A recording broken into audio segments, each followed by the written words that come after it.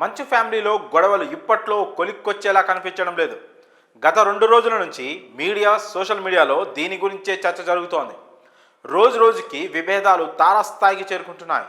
ఆస్తుల విషయంలో ఏర్పడ్డ విభేదాలతోనే గొడవలు మొదలైనట్లు వార్తలు వినిపిస్తున్నాయి. జల్పల్లిలోని మోహన్ బాబు నివాసం వద్ద మోహన్ బాబు, మనోజ్ తరపున మోహరించిన అనుచరులు, బౌన్సర్ల వీడియోలు సోషల్ మీడియాలో చక్కర్లు కొట్టాయి.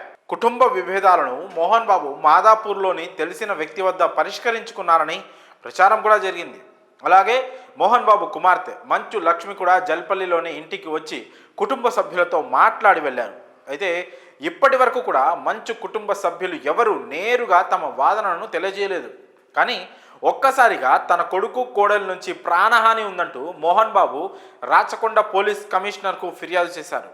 అలాగే తన తండ్రి అనుచరుల నుంచి తనకు ప్రాణహాని ఉందంటూ మంచు మనోజ్ పహడీ షరీఫ్ పోలీసులకు ఫిర్యాదు చేశారు.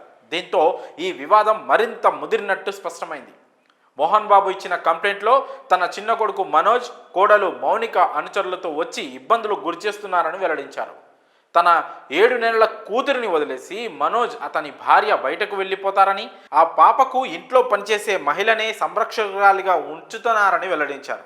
ఆదివారం ఉదయం 10 గంటల సమయంలో మనోజ్ 30 మంది అనుచరులు దౌర్జన్యంగా ఇంట్లోకి చొరబడ్డారని, ఇంట్లో ఉన్నవారిని బెదిరించి ఇల్లు ఖాళీ చేయాలంటూ భయపెట్టారని పేర్కొన్నారు. తన ఆస్తులను కాజేసేందుకు మనోజ్ కుట్ర చేస్తున్నారని, తనకు ప్రాణహాని ఉందని, తనకు తన ఆస్తులకు రక్షణ కల్పించాలని కోరారు. దీంతో మనోజ్ కూడా మోహన్ బాబుపై రివర్స్ కంప్లైంట్ ఫైల్ చేశారు.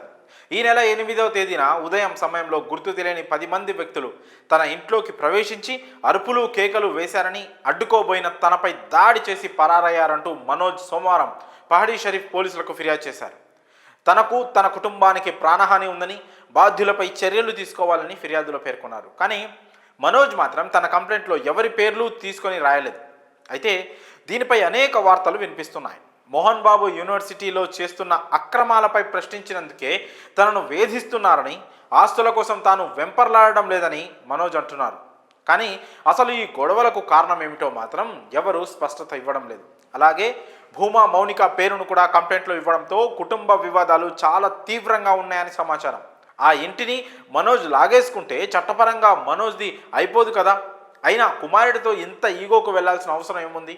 బయటకు చెప్తున్న దానికన్నా పెద్ద ఇష్యూ ఏదో ఇద్దరి మధ్య జరిగిందన్న అభిప్రాయాలు కూడా వ్యక్తమవుతున్నాయి.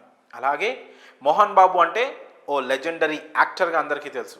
ఇప్పుడు జరుగుతున్న ఈ వివాదాలు చూస్తుంటే ఆయన ఏళ్ల పాటు తెచ్చుకున్న గౌరవ మర్యాదలు పాతాళానికి పడిపోతాయని కొందరు, ఆయన కుటుంబ గొడవలను వీలైనంత త్వరగా సెటిల్ చేసుకొని కలిసిపోతే బాగుంటుందని మరికొందరు అభిప్రాయపడుతున్నారు.